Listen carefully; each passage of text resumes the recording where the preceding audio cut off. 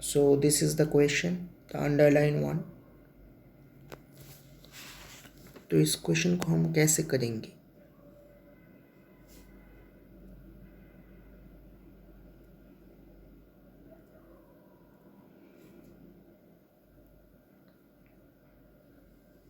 अब ठीक है.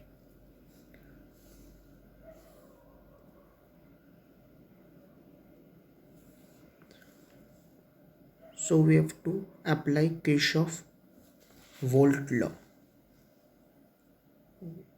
Over here it will pass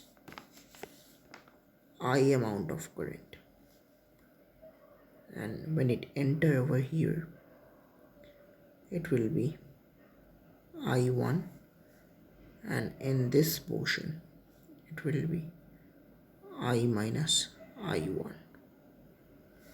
Okay. So the question is, current passing through 1 ohms resistance is 0. Then the EMF is 6 volt minus I minus 1, minus 1, because the 1 ohms, I minus I1 minus E is equals to 0. This is the equation. So this whole term will be 0 in this case. Will be 0. So 6 minus E is equals to 0.